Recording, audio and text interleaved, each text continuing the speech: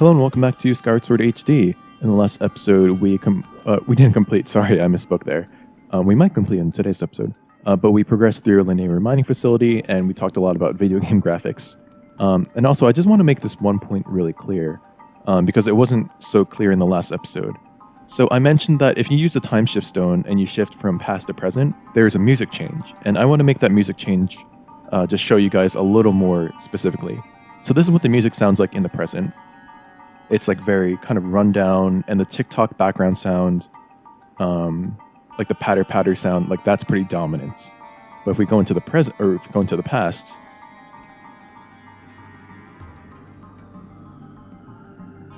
hang on, I'm waiting for a specific.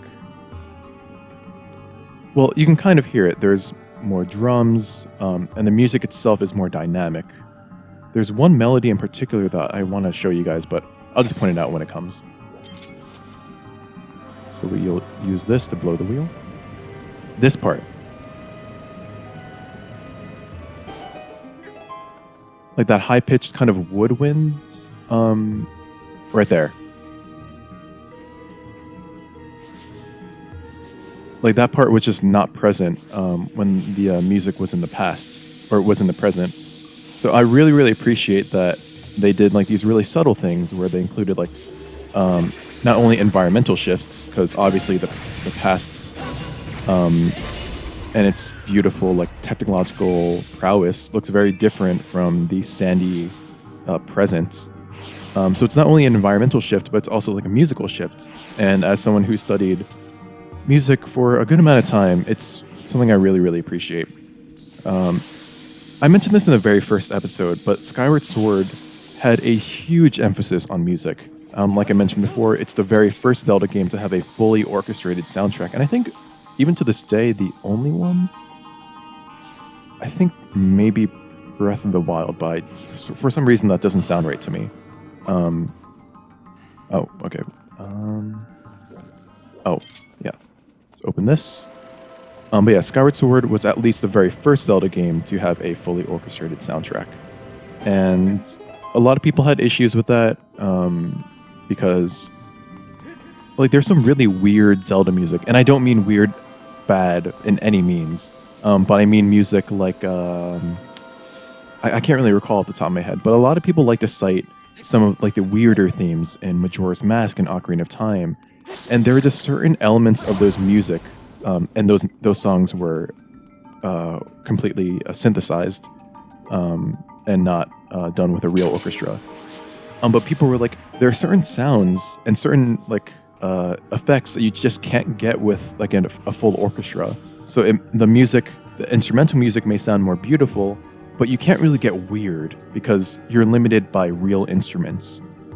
So I think people point to like the Forest Temple in Ocarina of Time, like that song, as like an example of how weird, like how good weird Zelda music can get, and how you kind of miss out on that if you have a dedicated orchestra.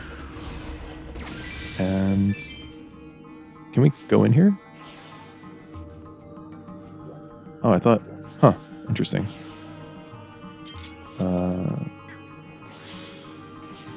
So this time shift stone is on a cart, so it should, yeah, there we go. And now this is in the past, so we can activate it. Oh, I see. Okay. If we come down here, I bet if we pull this lever... Oh, shoot. Sorry about that. Misstepped. Or misstepped. I almost said misstop. Because I wasn't sure what the... past tense of that was.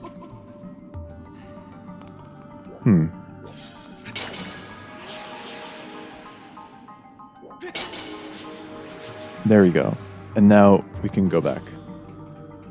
But yeah, I'm a huge fan of Skyward Sword's soundtrack. Romance in the Air, songs like that, and especially the end credits are beautiful in this game. And I can't wait until we get to the end credits and I can show you guys that beautiful piece. But yeah, I also understand at the same time that there's only so much you can do with an orchestra. It definitely sounds more beautiful, but you can't really step into like the super weird territory. So yeah, I understand both sides in that whole discussion. Okay, let's see. Come on, get out. Guys, come on. I just want to climb. Oh, so gross. Really not a bug guy. I know these aren't bugs. They're like scorpions, and I don't think scorpions are bugs. Yeah, definitely not. But all the same, they're like, if it's got more than like 4 legs, I'm kind of creeped out by it. 4 limbs, rather. Because like I really like dogs and cats, of course. There we go.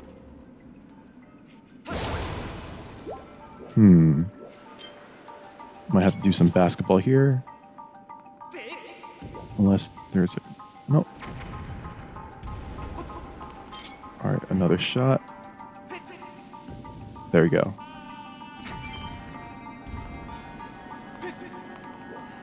Oh, an amber relic. Nice. This shape looks familiar. Should be a time shift stone. Perfect.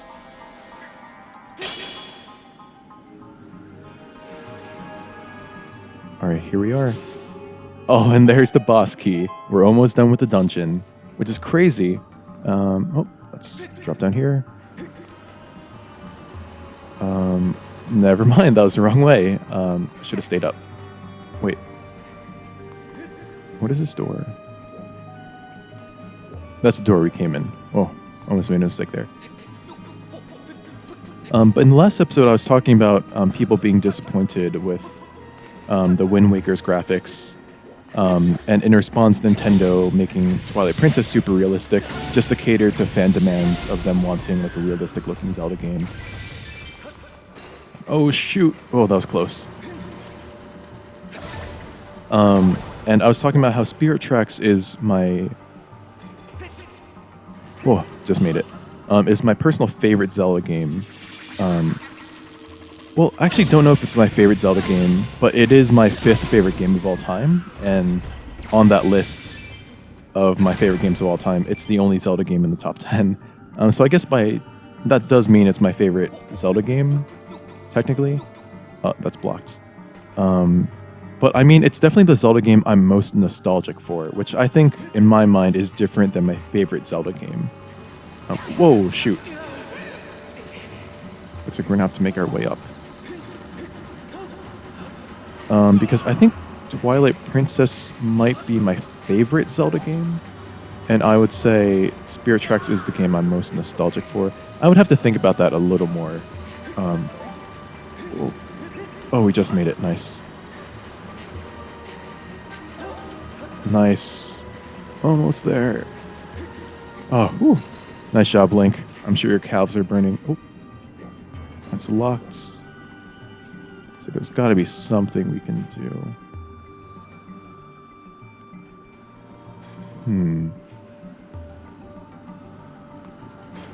Let's try going back.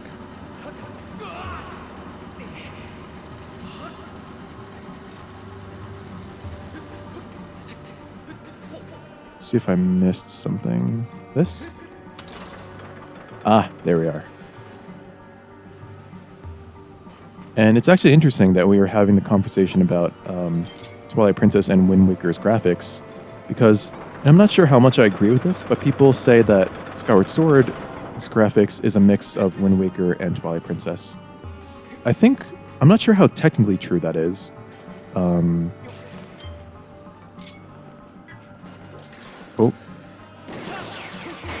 I don't know how technically true that is.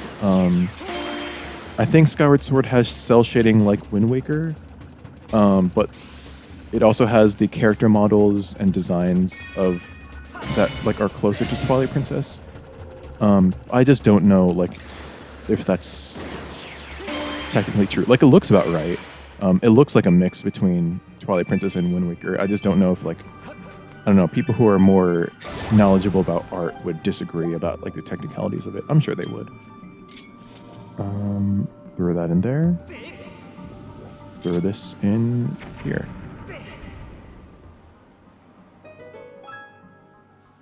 All right.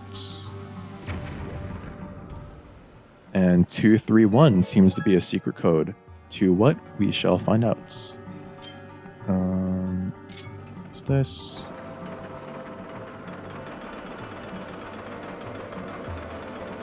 There we go.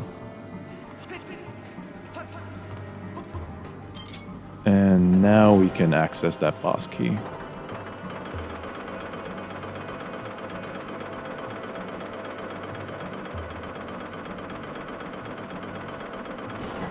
All right, here we are. What is... Oh, that's another switch.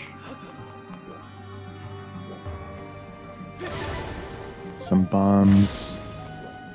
Ah, I remember what we have to do here. Use the cart to go forward. Oops, there we go. And play some basketball. We're running there.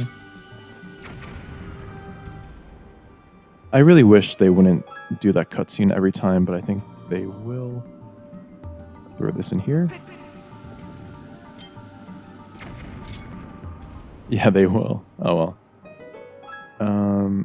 Actually, I think we can just jump from here and... Nah, no shot.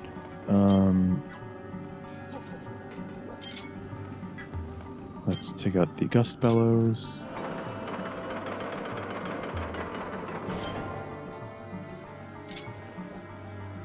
See if we can make it from here. There we go.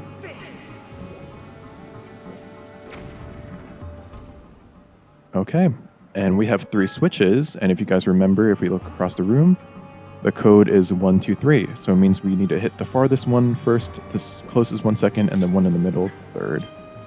So let's do that with our super quick beetle. 1,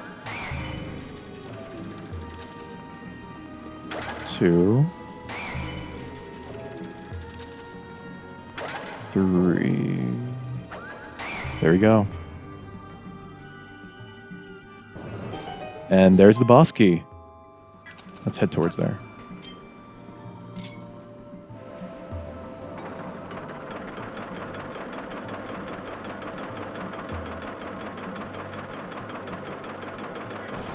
All right, here we are. Oh, also, I forgot the whole reason why I mentioned the whole Wind Waker Twilight Princess graphic situation was because I was talking about how even though Spirit Tracks is my favorite, or at least my most nostalgic Zelda game, it's very underappreciated because, again, it was in the same style as those Wind Waker graphics, which people really did not like at the time. Fans have come to love it now, which is why they released Wind Waker HD, just because, you know, they realized, oh, actually, the people who, like, fans actually did enjoy those graphics. But yeah, given that Spirit Tracks was on like a Nintendo DS, it was less powerful than the GameCube, and also it had the same graphics as Wind Waker. People didn't really appreciate it as much. But let's stop talking about that and check out this boss key. Let's open it up.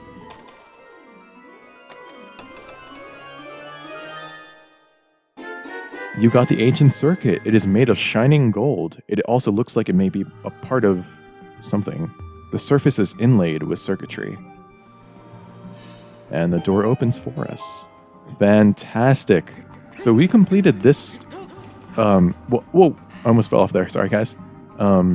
We completed this temple. Like, we're not done. We still have to fight the boss. But I mean, puzzle-wise, we completed this temple in like 3 episodes. And we did the same for... Or actually, the Earth Temple we completed in 2 episodes.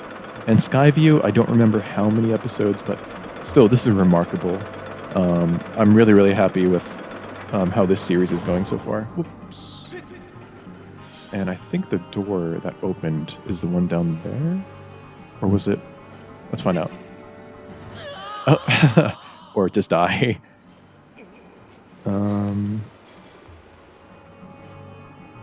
It might have been the one over there.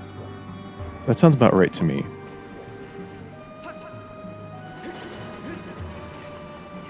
This door?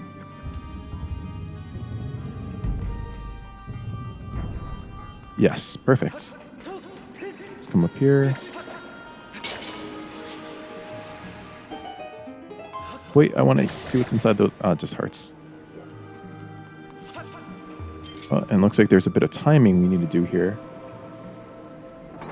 So those steam vents, or whatever they are, will blow us off. So we need to make sure we match the speed of our little cart there so it protects us from it. And we can just pull this lever, and it speeds up all the way. There we go. We finished the temple. Here's the boss door. And like I mentioned when I actually saw it, we missed like 3 chests, but I'm not going to finish the dungeon without collecting all the chests. But I also don't want you guys to have to watch me backtrack, so I'll take care of those off screen. And the next episode, we'll see which big boss is waiting for us behind the door. So until then, thanks so much for watching, and I'll see you then.